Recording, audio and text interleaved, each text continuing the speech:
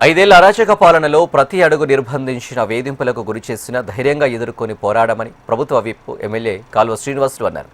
2020లో municipal ఎన్నికల సందర్భంగా కాల్వ శ్రీనివాసులతో పాటు టీడీపీ నాయకులు 22 మందిపై నమోదైన కేసు విచారణలో భాగంగా ఆయన రాయదుర్గం జూనియర్ సివిల్ కోర్టుకు హాజరయ్యారు. 2020 మున్సిపల్ ఎన్నికల్లో అన్యాయంగా టీడీపీ పార్టీ 2 కౌన్సిల్ అభ్యర్థుల నామినేషన్లను తిరస్కరించడంపై కారణాలను తెలుసుకునేందుకు మున్సిపల్ కార్యాలయం వద్దకు వెళ్లగా పోలీసులు అక్రమంగా అడ్డుకున్నట్టు తెలిపారు. ఇదిలా ఉండగా మున్సిపల్ కమిషనర్ విధులకు ఆటంకం కలిగించినట్టు బలవంతంగా పోలీసులకు ఫిర్యాదు చేయించి తనతో పాటు 25 మంది టీడీపీ నాయకులు కార్యకర్తలపై అక్రమంగా కేసులు పెట్టారని చెప్పారు. తనను నేరస్తుడిగా చిత్రీకరించేందుకు అడుగడుగున వైసీపీ ప్రభుత్వం ప్రయత్నం చేసిందని ఆవేదన వ్యక్తం చేశారు.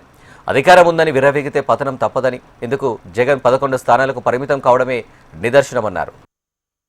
రెడ్డి అరాచక పరిపాలనలో తెలుగుదేశం పార్టీ నాయకులను కార్యకర్తలను ఎంత ఘోరంగా వేధించారో చెప్పడానికి ఒక ఉదాహరణ మా మీద 2020లో పెట్టిన ఒక అక్రమ కేసు.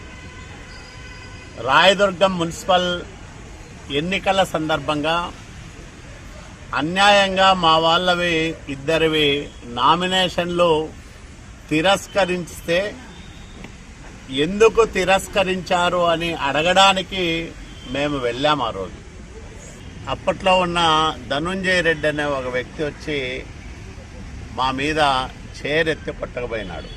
అది వీడియో సాక్ష్యం ఉంది.